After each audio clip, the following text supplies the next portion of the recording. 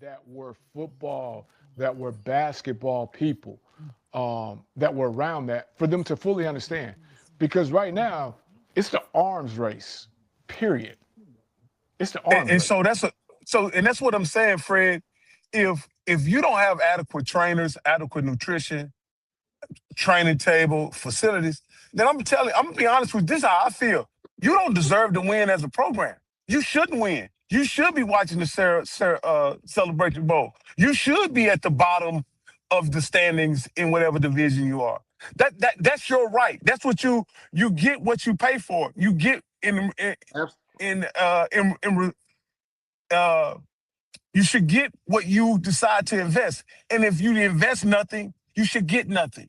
And I'm tired. but I but just Rock, hate that our kids are in a situation where they're almost being vilified for taking advantage of the opportunities that they've but earned. And I don't think they should. I don't think they should give HBCUs a break. I don't think they should give PWIs a break. I think they should get the most they can get while they can get it. but Hey, Rock, Bruce, look at Bruce, let me set you up. You went to Grambling State University, one of the leaders all time of producing NFL players. From that experience, based off what he said, Grambling wouldn't be Grambling. But tell me why all those Grambling greats appreciate it, and they didn't have none of that what Rocky talked about, but y'all got more Hall of Famers than LSU. but with us, it was all about, you know what I'm saying, just being the next to leave your legacy. It was all about trying to, you know what I'm saying, beat the guys that came before. Like when I got there, I kid you not, I looked at all the quarterbacks that came before me. You know, I looked at what they had done, and I wanted to be the best to leave there. So for me, it was just all about beating them, being better than those guys. And those guys were Hall of Famers like Coach Williams. Like I told Coach Williams, I was gonna break every record he had. And he didn't believe it. But then why he was my coach, and he see a lot of people don't know is a lot of times Coach Williams took me out when I was getting ready to break his touchdown record. Like Coach Williams had the record for 7 touchdowns in the game. Every time I was getting ready to break his record, he took me out.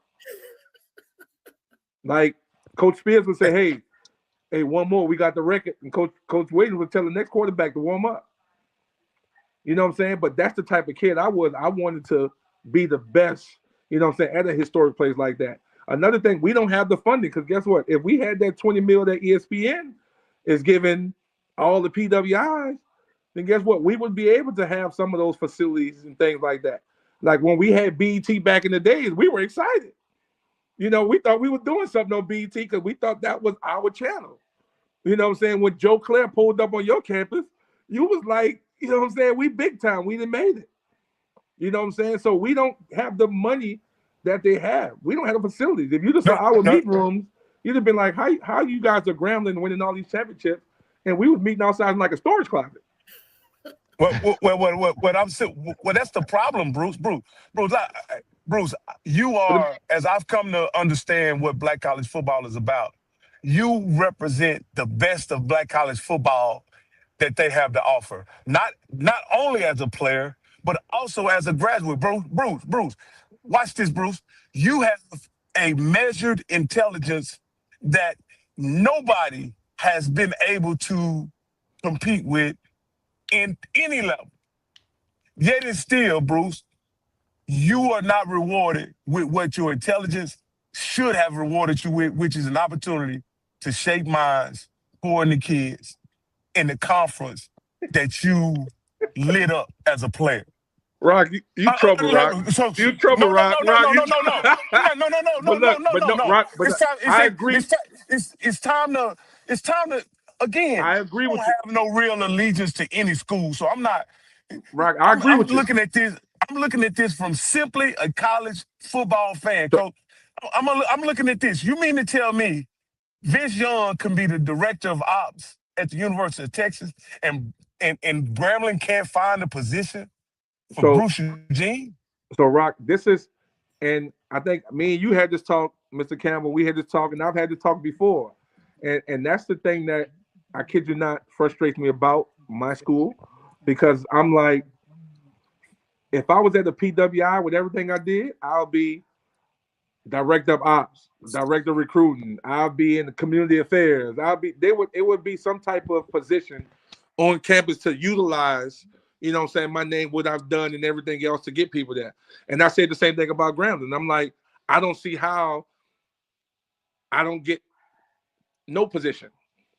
You know what I'm saying? Nothing. Like community affairs, recruiting, something to utilize what I'm doing. Because again, when you see people like Vince Young do it, you know what I'm saying? You see all the other guys from other PWIs get an opportunity to go back to their schools with jobs and everything else. And it's like, and let me say this, Bruce. The reason why I mentioned Vince Young, I mentioned him for a very specific reason, and this is the reason why. No, VY is a legend, and he's one of my favorite college players of all time. But let me just say this, Vince. Let me say this about Vince. In a measure of intelligence, Vince scored an 8. You scored what, Brugene? 41. We know Vince ain't smarter than me. We know that. No. What I'm saying, no. That's not the point I'm talking about. So what I'm simply saying, if one of the most prestigious universities in this country can find a position for Vince to work and thrive and feed his family and be a representative of the institution that he poured into, certainly.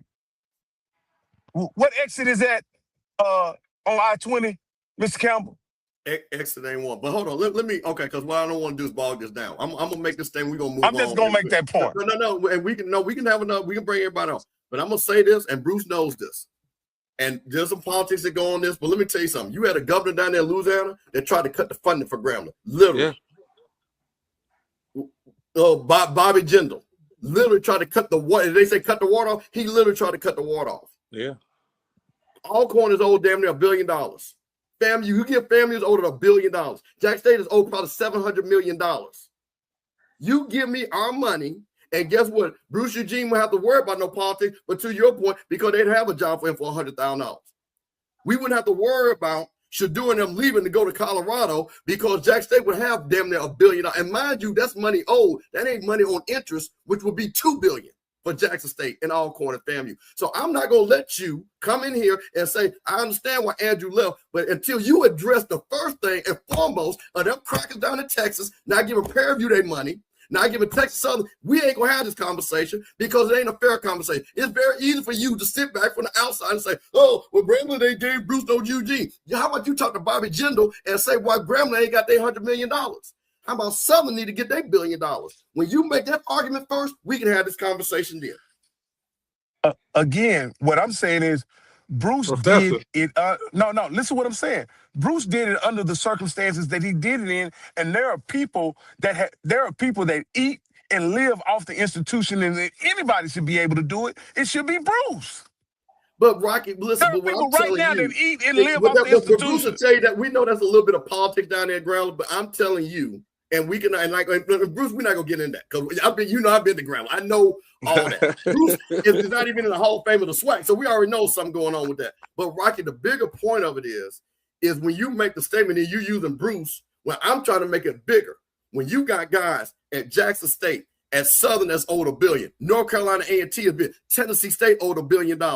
All these things you're talking about, because guess what? Alabama State, I think, is owed damn near $1 billion because they're a land grant school. Or A&M, it might be A&M. I'm sorry, A&M is the land grant school, I believe.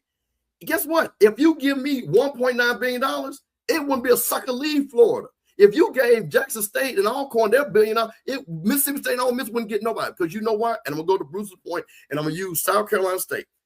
There's Clemson right up the road, South Carolina. But you know what? South Carolina State, that little school, producing NFL player after NFL player because you know why? Because those coaches pour into those guys and prepare them for the pros. And I tell you what, to Bruce's point, to Coach Fred, get me to the pros. South Carolina State showed it. Texas had a draft where they didn't even have anybody that last year that they fired that coach before Sarkis. Now, one kid got drafted.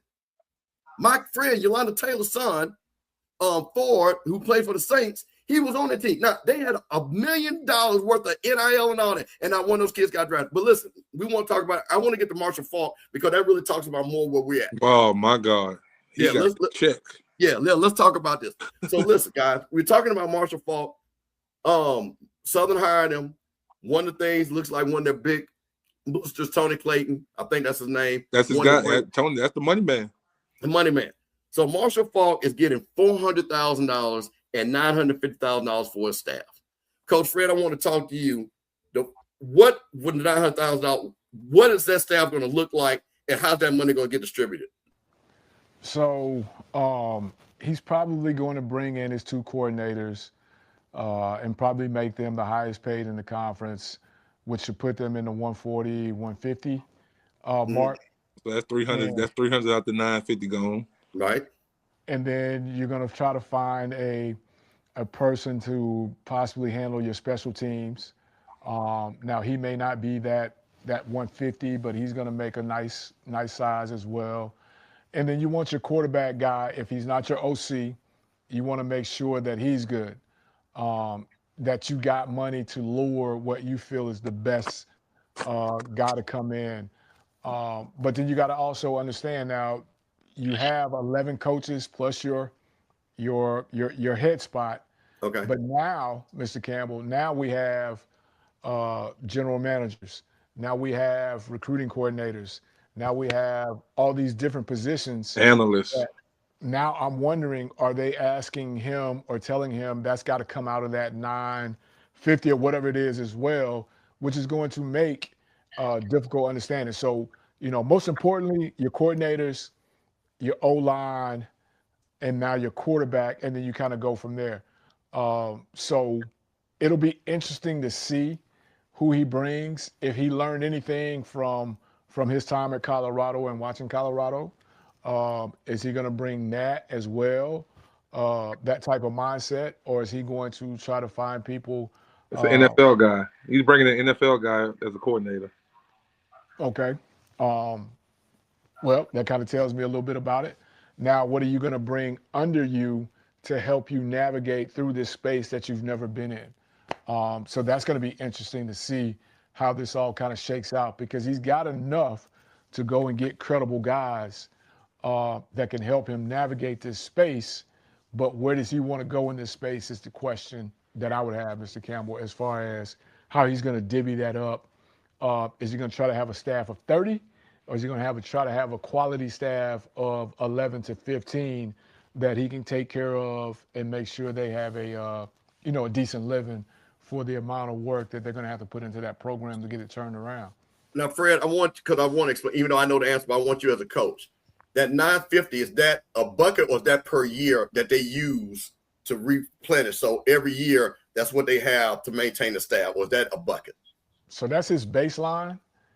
And when we get to 27, right, now we'll see where the funding is. But that's your baseline. So I brought Mr. Campbell in at 80.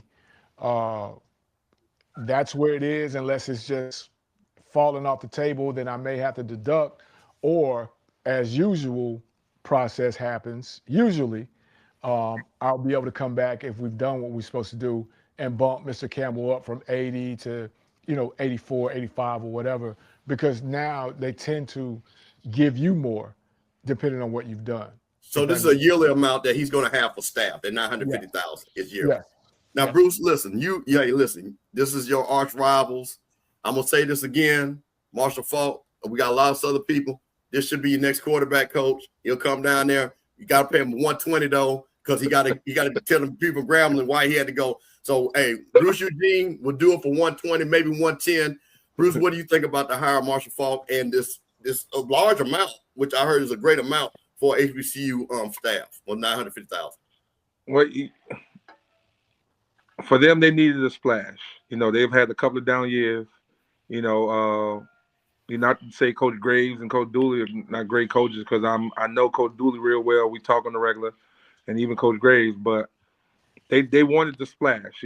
That's the thing now. Let me go get an NFL guy to come take over my program. And, Deshaun Jackson going to Delaware State, doing what he's doing. And Vic going to Norfolk. Prime went to, what I'm saying? But I tell everybody all the time, we were the first. We were the first. We had Doug Williams walking that door after he left Morehouse, and he didn't have what they working with now.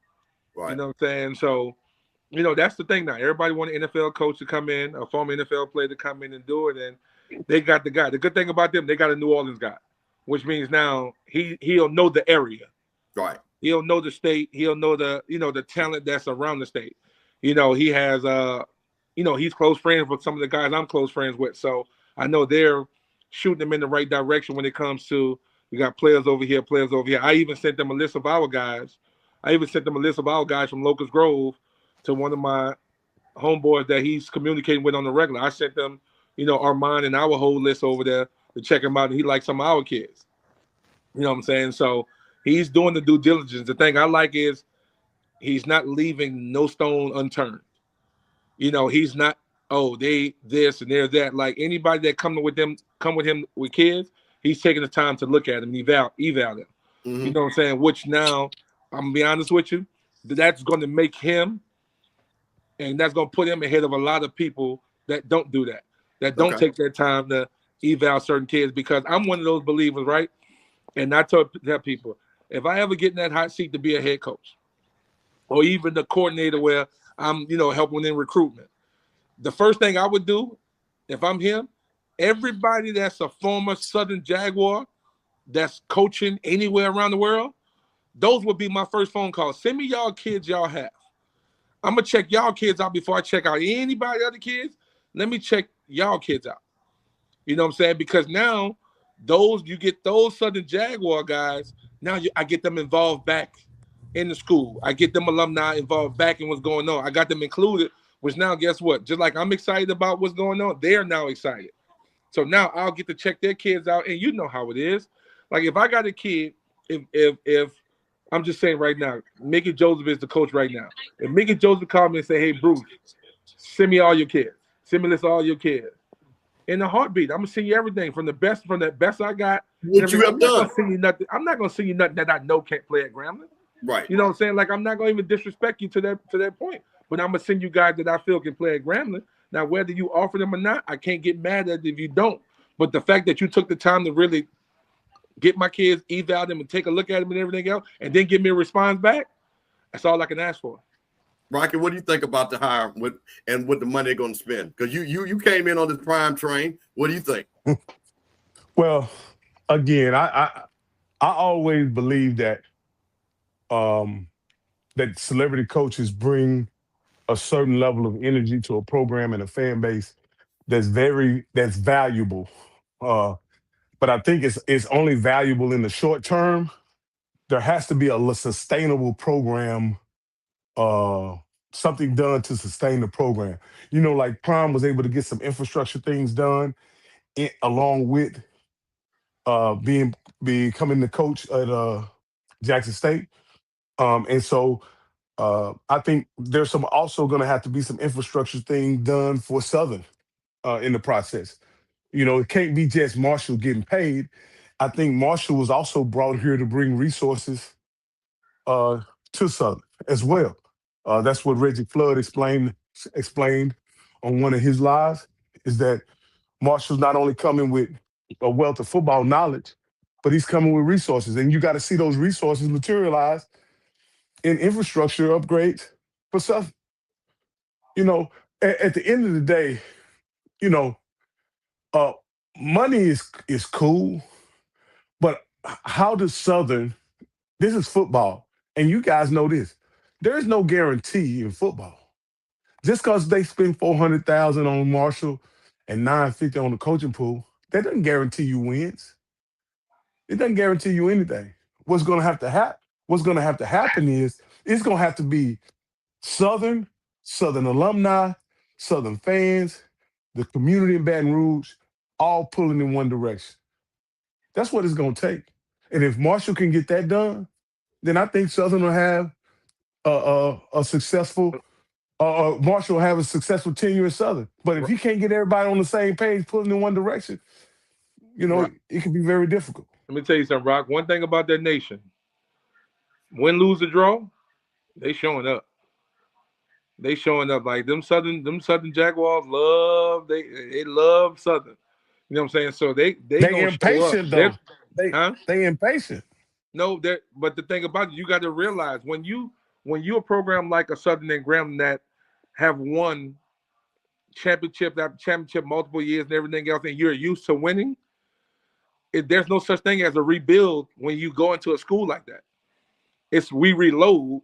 You know what I'm saying? We don't rebuild. So when you get to a down year, they'll give you one down year, but they're not gonna give you 2 and 3, and they're not doing that. One down year. They gave Terrence Graves one down year. You know, he's walking. Marshall Faulk is walking into a 2-10 program. You are what your record says you are. Absolutely. He's walking into a 2-10 program.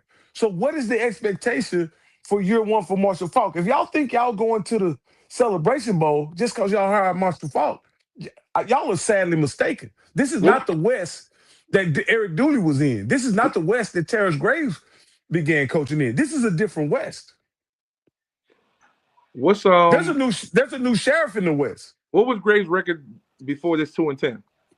They what 7-5, 8-4, something like that. Something like that. Yeah, a whole different show, but Rock, like, what's the different West? Help me out. That's what I'm saying, because it's still the same teams I used to beat up on in there. Well, I guess he's talking about Lane Jackson, Coach of the Year, is over there at Prairie View. Now they've gotten better. Like Prairie View was the doormat when we went back in the day. So they, you know what I'm saying, they've gotten better and everything else. And Rock, I definitely understand you, but I think this, right? When you look at a Terrence Graves demeanor, because what everybody's gonna look at is if I get an NFL coach, then that's gonna come with NFL coaching. That's gonna come with, like you said, resources, because he gonna pull from his NFL resources and things like that. So they're just thinking like we get a Pro Bowl Hall of Fame. We get a Hall of Famer like a Marshall Faulk to come in. That's gonna make him a Hall of Fame coach. Like you say, it don't work like that. It's gonna be about what's gonna make him a great coach is his staff. I want to see the staff that he assembles. Once you see the staff that he assembles, then you can say, okay. Is he gonna bring somebody in like Dennis Thurman, who once had the #1 defense in the NFL? Is he going to do that? But I'm saying we got to wait to see, because right now, you know what I'm saying? Like I did hear that his coordinator is going to be an NFL guy. So I'm pretty sure if his offensive coordinator is an NFL guy, I'm pretty sure he's going to try to pull. I would get Dennis Thurman if I was him. And Dennis Thurman's out there. Is Dennis out there in Hawaii living his best life, making a whole bunch of money? He ain't coming back. Dennis ain't coming back. So, guys, listen, I want to move on because, like I said, I know I got you guys up late, and Bruce, I know you got to go to work. So I want to look. Hey, Friday we out of school, man. Oh, okay, all right, well, good. We gonna keep rolling because we got some big things, and we got over 220 people, man. Listen, we appreciate. Hey, man, hit that like button, man. You're not getting any content like this, but people say, "Why I got this U-Haul truck?" Well, this is the reason why, because there are coaches that are moving, coach, and we got one coach that I really want to talk about. That I think is interesting, is that Larry Scott, the coach at Howard, has resigned, got his U-Haul, and is going to Alabama to be the tight ends coach. Now, I'm going to set this up, and I want to see what your opinion is. I think Larry Scott has gotten tired of the Howard stuff. He's seen Deshaun Jackson, Chennis Berry, and, of course, my boy Trey Oliver and Michael Vick. And he's like, man, I don't think we're going to have a win up here. Let me get out before they get me out. Let me tell you something. That HBCU life, it's not for the, you know what I'm saying, it's not for the soft and heart now. Yeah. It's not for the soft and heart. Yeah, and so that's the thing. Yeah, so what do you guys think about that? Because, you know, again, I don't think he's in the same position as Willie Simmons, where he's like, you know, Larry, if you move, you'll be able to get a PWI job. You know what I'm saying? As a coach, I think this is more about, hey, man, you know what? I've done this. I was at Florida. I've been a couple of places. I can get more money and just coach tight ends. So what do you guys think about, you know, and Coach Fred, we'll start with you. What do you think about Larry Scott leaving to be a head coach for Howard to go into Auburn to be a tight ends coach? Well, you know how I feel about them guys from the 863, and you know, Larry's from the 863.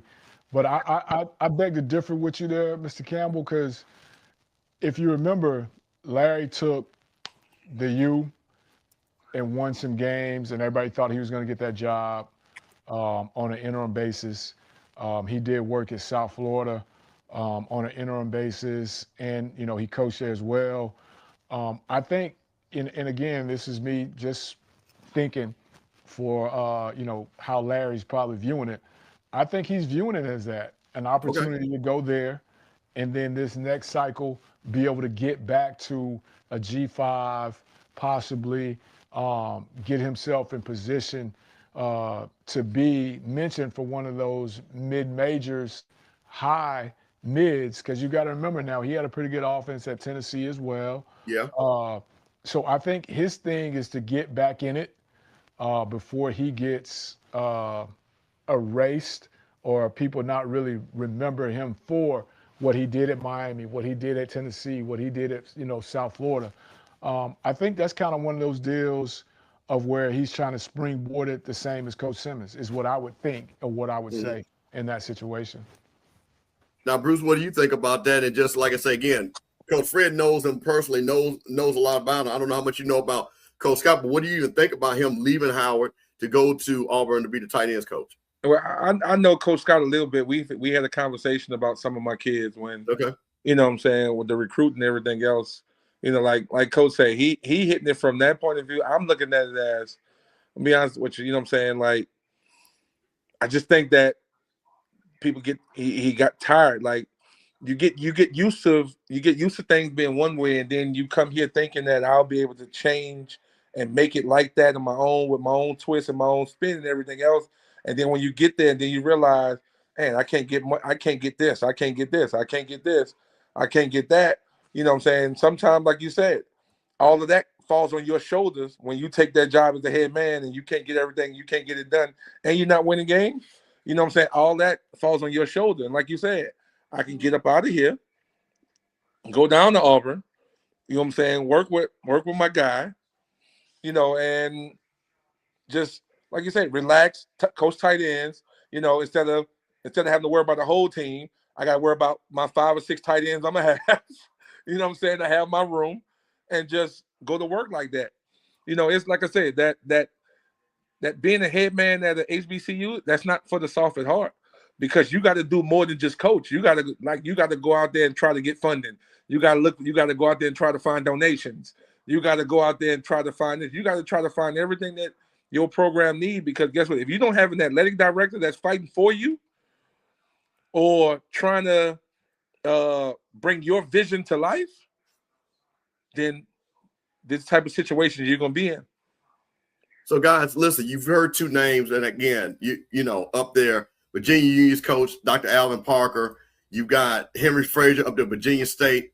What do you think about those guys moving up there? Or does Howard, because it is Howard, they do have a lot of money, but they do have issues as far as getting kids in because of academics. Do they go on the celebrity splash, or do they look through the landscape and say, you know what, let's get Hampton's doing, our rivals gun to Bama, let's go get a PWI guy? Or do we get a D2 successful guy and bring him up to Howard? What do you guys think about who could be the coach at Howard?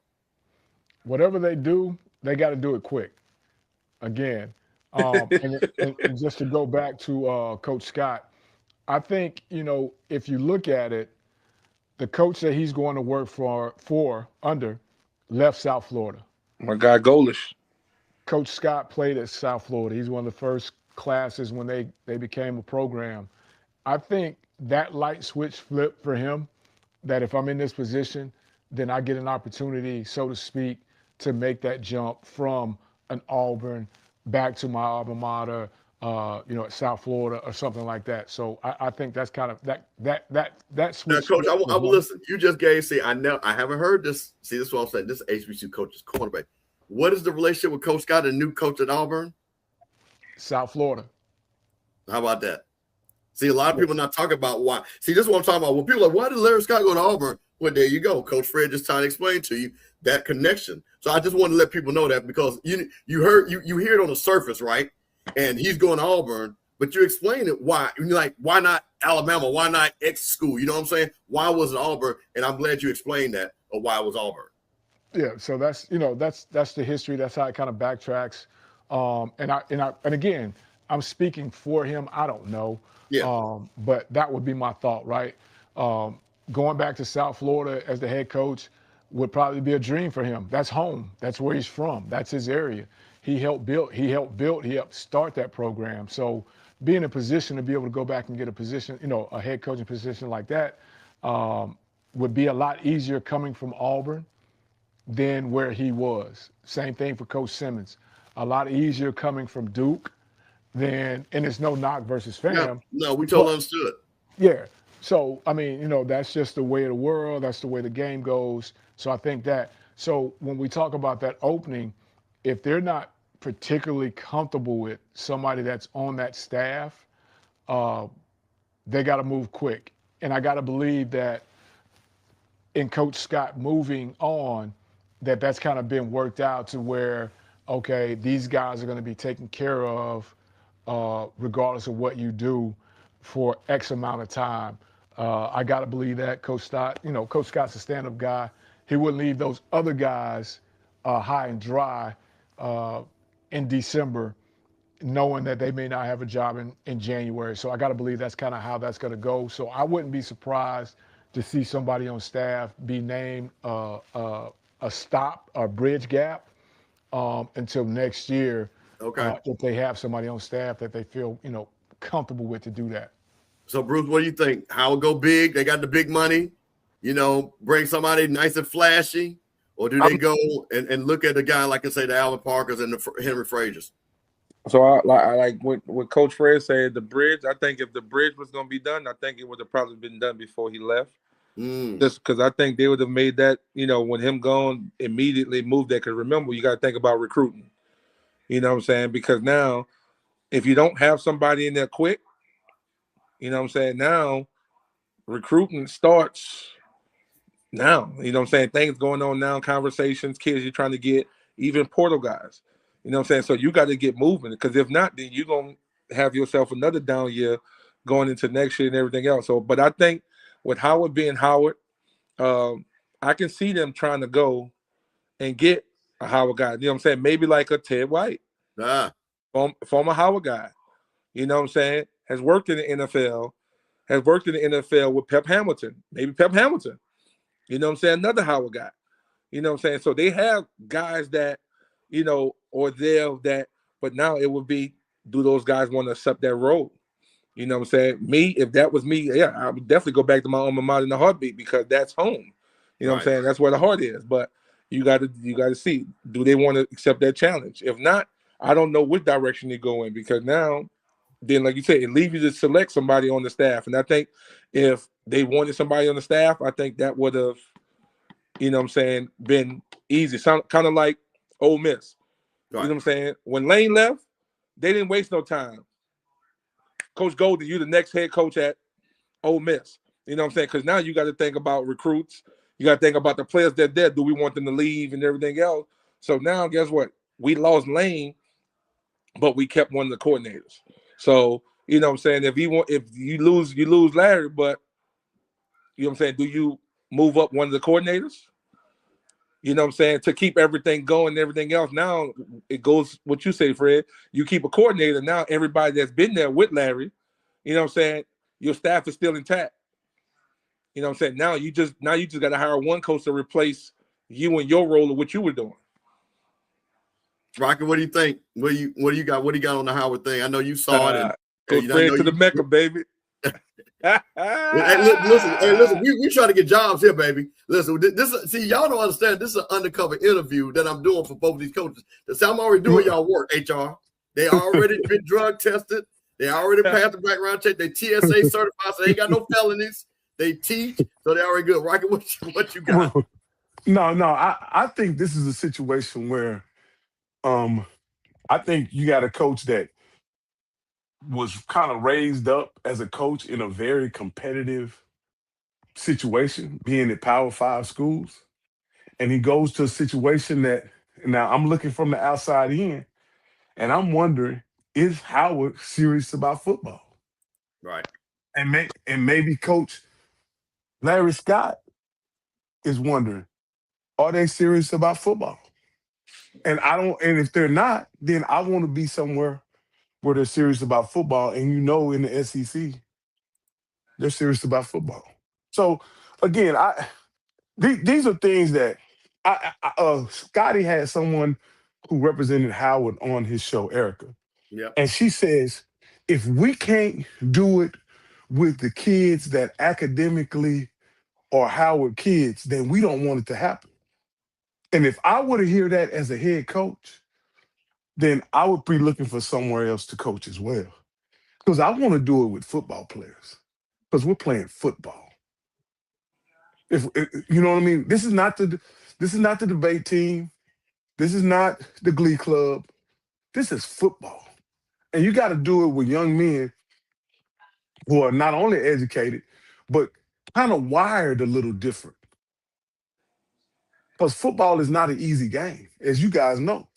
It's a game that requires courage. It's a game that requires the ability to throw your body into another man. And I'm not saying that may not pass the intelligence test all the time. You got to find a guy that wants to do that maybe more than they want to do other things. And so Coach, I'm not sure. Go ahead. I was once told by a coach, I don't want a bunch of student athletes. I want a bunch of athletic students.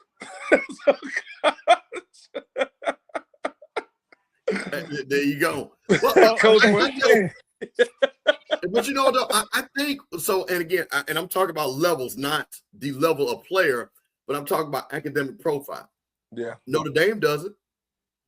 Stanford does it. No, Vanderbilt Stanford does it. No, Stanford don't. They don't do it, Coach. No, Stanford don't. And Vanderbilt only started to do it when they got in the NIL game. Other than that, they couldn't do it. But And you got gotta go back and look. They went and they kind of lessened some of their requirements to get into Vandy. Okay. So they changed. They've never taken a They junior college acquiesced kid. to the SEC They've admission never taken a standards. junior college kid. Now they've taken a few junior college kids. So, But the what about game with was Stanford when they were confusing. winning? They were winning 10 games and stuff like that. Even going back to But Bill Walsh, Stanford- they've had some success. Stanford had Harbaugh. And then once he left, remember we talking about once that name leaves, you know what I'm saying? Like what keeps them there? So now, like with Andrew Luck coming back and being the general manager and everything else, that's gonna be But wait a minute, hold on. Bruce, I'm gonna set this up. I think you're gonna go where I'm going. So there's not a black coach that could get academic kids. Confirm it is Howard. with Shaw. Shaw did a good job when after he replaced Harbaugh, he did a good job. But then, like you said, you got to keep it up. You know what I'm saying? It ain't. You know what I'm saying? You're gonna do it for a year or two, but then you got to be consistent, and that's where it got hard at. You know what I'm saying? Just being consistent. I definitely could, but I've got to have a few exceptions here and there as well. They do. So, They have. So that's what I'm saying. So Stanford don't have those exceptions. Vanderbilt built those Stanford does exceptions. though. Stanford does. Yeah. I had two kids. I had two players go play at Stanford: Dalen Wade Perry and Zephron Lester. Right. Zephron was one of those exceptions that. Thank you, Stanford. You know what I'm saying? That on that test score, we were supposed to get this, but we got close enough to it that you tried and everything else. We'll give you one. You know what I'm saying? But was my kid Zephron Lester a world beater? No, he wasn't. But he was a good football player. He was a consistent football player, but he was never a starter until his last year. Was he? Did he graduate, Coach, from Stanford? He graduated from Stanford. Well, see, so now that's where you know what I'm saying. Him and Jalen graduated from Stanford. Well, let me ask you this here, Bruce. Did he win anything, or did he get his coach fired? Oh, he was on one of the teams that got Shaw fired. You know. So that's what I'm saying. So let's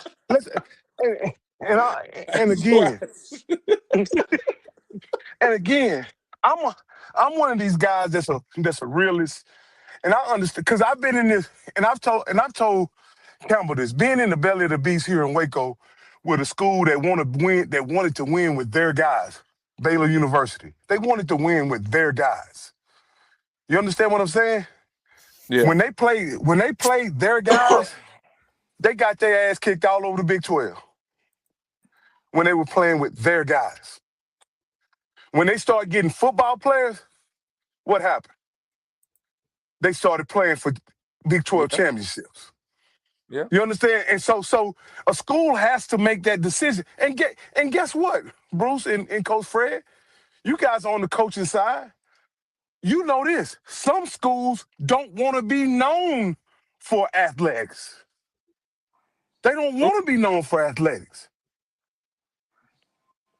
They would rather be known as a strong academic school with a pretty good football program.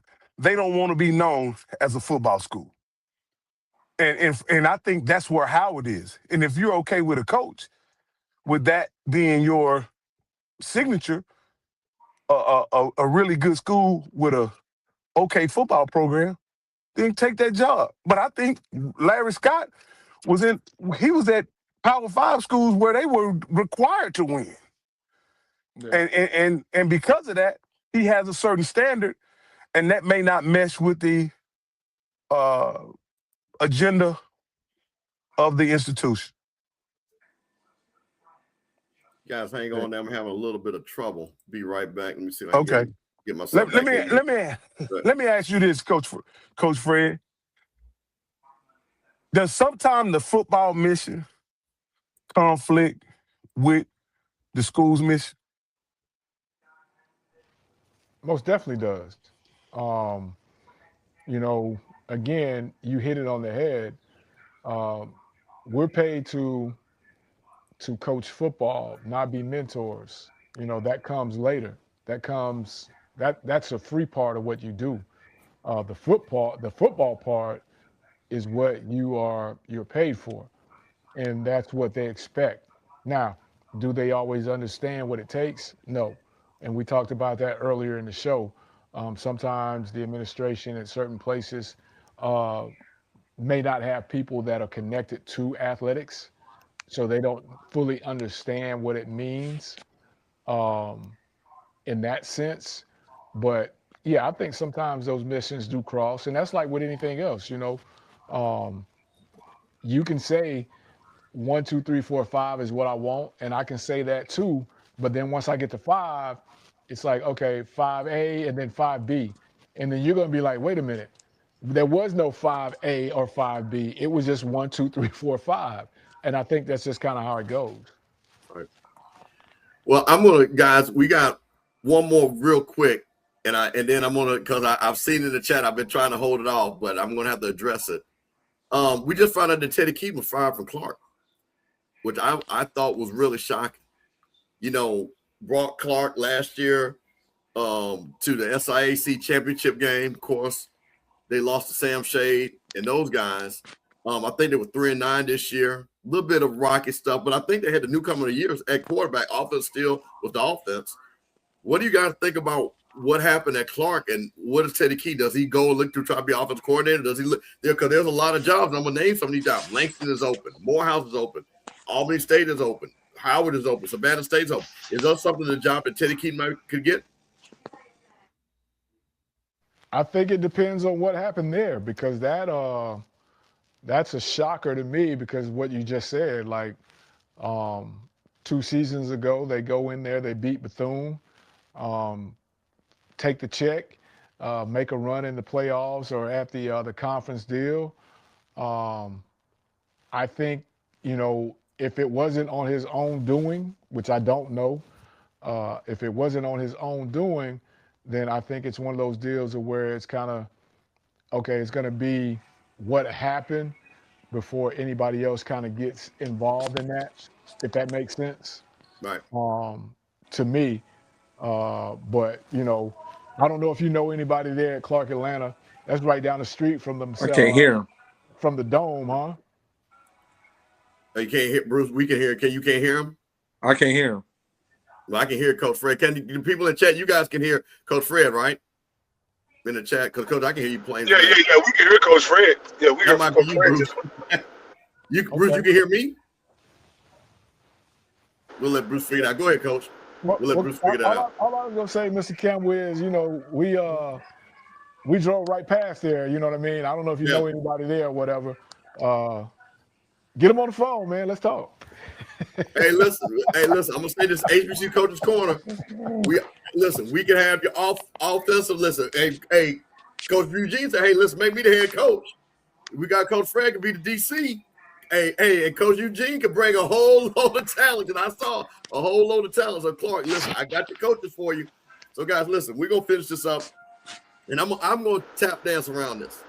As you see, there's another U-Haul. There's another big announcement that was made. Coach Quinn Gray and Albany State made an announcement that Quinn Gray is leaving. There's a certain place that has been rumored for where he might go. Florida State. I'm sorry, Florida State. I'm laughing so hard. Florida A&M University. I don't know what's going on because I'm getting people texting why they ain't made an announcement. What's going on? And he's going to West Georgia, and people talking about he's going to Hampton. I'm sorry, guys. Hampton hired a coach. All I can say is this, and I'll get you guys' opinion on this, and I'm not going to say too much on it. I believe that Coach Quinn Gray will be the next coach at Florida A&M. I think he's a perfect fit. I think, there were other coaches that possibly were considered, but I think they wanted to stay where they were at. And I think, honestly, when you look at it, Quinn Gray, to me, is going to be the next T.C. Taylor. I think he's going to, not talk loud, but carry a big stick. I think he's going to come in there. He's going to be able to put discipline in. He's going to be able to put a very great dynamic offense in. He's got some players that I know that can come from Albany State that can play at FAMU, and I think he's going to be a hell of a recruiter. And I also think that he's going to be able to build a great staff. Coach Fred, you actually know Coach Quinn. You coached with him down at Alcorn. Tell us about what you think about Coach Quinn and the fit again. And we talked about this a little bit before, but now since he's gone from Albany, and hey, Coach Quinn, defense, and you need a defensive coordinator, defensive back coach. Here go your guy. He can recruit the JUCOs. He can recruit a lot of Florida. We want them Florida boys. What you got there, Coach? I think he's a great fit. He's a Florida guy. He's a FAMUan. He's a big FAMUan. He's not just a FAMUan. He's a guy that put a lot of effort into that program as a player. Again, he's from South Florida. I think the fit lines up great. He's shown what he can do the last 2 years at Albany State with an opportunity. He came into Tallahassee and gave you guys a scare. I think that he put his resume on the field that day as well. Again, when you talk about a perfect fit, I think he's the guy with patience. I don't think the program is as far off as other programs. And I think he comes in and gives an instant jolt to the fan base as well as the kids in that locker room, because he can point to his name in that book. He can point to his pictures, his time on the, the highest of seven hills. He can point to his time there. He knows where y'all are going. He knows all about this. I just think it'll be a great fit just from a personality, a recruiting standpoint, and, just for him, man, I think it'd be a great, great deal. And again, we talked about it earlier. When you're talking about right now, the time crunch you're in, I think he jumps in and he can make it right now, immediately with the talent in Florida, the talent that's from Florida that's not in Florida right now. I think he can bring that all into one, and I think he can put together a great staff that have that same understanding with what it means to bring Florida talent back to Florida. Now, Bruce, you're a quarterback. Tell us about what you think about your fella. Coach Quinn Gray too. What do you think about potentially him being the next Florida A&M football coach and what he would bring to the table? I'm coming home. Tell the world. Let me tell you something. The Rattler Nation gonna go crazy. You know what I'm saying? And it's because they've been waiting for one of their own to come and take the helm of this thing and get it back to their glory days. When you think about Quinn, at FAMU, you think about the ball being spread around. You think about breaking records. You think about not only breaking the receiving records. You think about all these multiple receivers scoring touchdowns. You think about that was a time where it was a great time to be a Rattler. You know what I'm saying? That was when the Rattlers walked around with their chests out, telling them how much they dominated the MEAC. You know what I'm saying? So when you have those type of days, as an alumnus, you know what I'm saying, and a football enthusiast from that area, you're waiting for those days to happen again. And when you watch Quint do it at an Albany State, everybody in FAMU's mind is thinking, why can't he do it here with us? Why can't we get him here? He should be doing that here and over here. Why he doing it there? So now I think it's a great opportunity. I think they're going to give him, if he gets the job, I think they're going to give him all the resources and the support he needs to win. You know what I'm saying? Because again, I think is a home run hire for them. And I think it's a home run hire just because he understands and knows what it is to be a FAMU Rattler. He knows what it is to walk those halls and walk in those, stay in those dorms and walk that campus and everything else. So he's going to cherish every moment of this because this is home for him. You know what I'm saying? So he's going to do everything in his power to bring FAMU back to, dominance and everything else. And I'm excited for him. I hope he gets it. So I'll be one of the first ones to tell him congratulations and everything else. And just let me know if you need a quarterback coach, if he don't feel like coaching quarterback. Coach, we've had Coach Quinn Gray on. Coach Quinn Gray. I'm telling you and Coach Eugene, we talking recruiting from Louisiana all the way to Georgia, all the way to New York, Coach Brown to Florida, and you could just do your thing as a coach. Let Bruce Eugene just get them all swag, all American quarterbacks, and we just put up 40 points on the board. We bring in Coach Fred, JUCOs, Kansas, all that area. He's a Florida boy. He knows how to recruit it. He knows how to walk that walk. Man, I'm just telling you, hey, listen, I know you got your guys down there at Albany State, but listen, he's going to be able to have a big staff. He's going to have a staff that's going to be bigger than Albany State. So, Coach, I'm trying to tell you, you've seen the level of football. I'm going to say my boy T-Buck. The FBI was on display tonight. The football. Did I tell you I got a quarterback? Did I tell you I got a quarterback? Marmon Parker, who was offensive player of the year. You know what I'm saying? Did I mention that? Listen, man, I'm teasing my Jackson State folks. Because we got to cut that pipeline off from Atlanta to going down I-20 to Jackson. And we got to cut that off. They got too many people from Atlanta going down to Jackson. We got to send them down south to Tallahassee. We got to send them down south. So we need let me say this, guys. This is T.C. Taylor. This is Eddie Robinson Jr., and we know how both of those programs have done under their heroes. I don't see any reason why this one doesn't work out as successful, or even more successful than Eddie Robinson's. You know what I mean? Because you're talking about a guy who is from that area and who, like Coach Cole always said, he'll know where the bathroom is. He'll know where. And the most important thing, I think, and this is just my observation of FAMU, the most important thing about FAMU is keeping the FAMU supporters unified and connected to the program. And I believe that's what's most important about this job. Because unlike some other fan bases, I think FAMU is wanting to give their coach what he needs to win, as long as they are in support of who the man at the helm is. We saw that with Willie, and now I think we'll see it again with Quinn Gray. I don't see how this doesn't work out best for Coach Gray and for FAMU.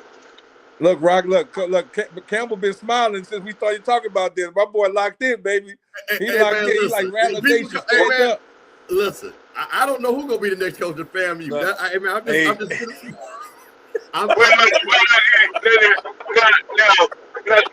let's think about this. We interviewed Coach Gray, right?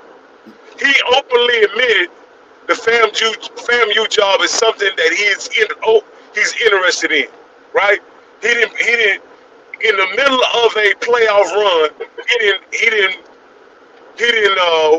split no hairs about it. He said, "Yes, I definitely would like to have a FAMU job." Now, I don't see Coach Quinn Gray being a man who is a fool, and you don't quit one job unless you already got one lined up. Now, I don't know which one he has lined up. Certainly, he has one lined up, and Florida A&M has one open. So you can do with that with what you will, but with all those things being already out in the atmosphere, I think it's a slam dunk. I don't know anything. Campbell hadn't offered me anything, but at the end of the day, how can he not be the choice at this point? The anticipation of the fan base, I think, warrants that he's given a strong look and strong consideration. He has to me, in my opinion, he has to turn FAMU down at this point for him not to be the coach. I agree. And you know what? And I'm going to say this, and guys, I know we hit this. I'm going to shut it down. But there is one coach, and not to say for the FAMU job, but I think for all these jobs that open, that I think all these openings that we named, Terrenzo Quinn got to be on this list for some of these open jobs. Coach Quinn is a guy. He is a guy. So I don't know if he wants to start, but you know, hey, maybe he goes down to Albany State, goes right in there, builds that thing up, follow that pipeline, because that's the pipeline now. He leaves Jackson State, go down to Albany State. He knows how to recruit, build a good defense. So I mean, that's my guy. I mean, I just want people to know there are a lot of names out there. Can I ask Fred a question, though, about along that line? Fred, let me ask you this. Is a associate head coach coordinate position at a Division I HBCU, is that a position that you leave in order to be the head coach at a Division II school? Most definitely. You know, you want that on your resume. You want to be able to say that, you know, you were the assistant head coach, you were the associate head coach, or whatever. Most definitely you want that on there. You know, and you hope the right people see it. It's a lot easier to go with that next to your name than receiver coach, DB coach, you know, for whatever reason. Do you leave those positions to go be D2 head coaches? What I'm saying is that an equal promotion? Yes, because I look. So let's look at the guy I think that's at, I think the one that's in Indiana. Cincinnati. I think he left and went to like IUPUI, something like that in Pennsylvania, because he was the Alabama wide receiver coach. It's one of the coaches, he was the Alabama wide receiver coach, and he left and took a D2 job. He left and took a D2 job because he wanted to be a head coach and start to, you know, be seen as a head coach. And he went from being a D2 head coach to, he went back to being a, you know what I'm saying, coordinator, then moved it that way. But he definitely made, you know, he talked about it. I can't think of the coach's name, but it was definitely talked about it when he talked about it. He was at James Madison before he came to Indiana. Yeah. So but he said his wife looked at him, and his wife thought he was crazy leaving Alabama, and he was like, he wanted to be a head coach. So he went and took that small D2 job to show people that he can be a head coach and lead, you know what I'm saying, a group of young men and coaches, and they looked at him different. So that's the thing. So, hey, man, listen, I just want to put that out there. I'm going to say this, guys, and I appreciate you, man. We started at 9. It's 12 midnight, man. We ain't did nothing but talk football, X's and O's, coaching, one of the best breakdowns, man. Two of the greatest coaches that are out here that have the ability to help.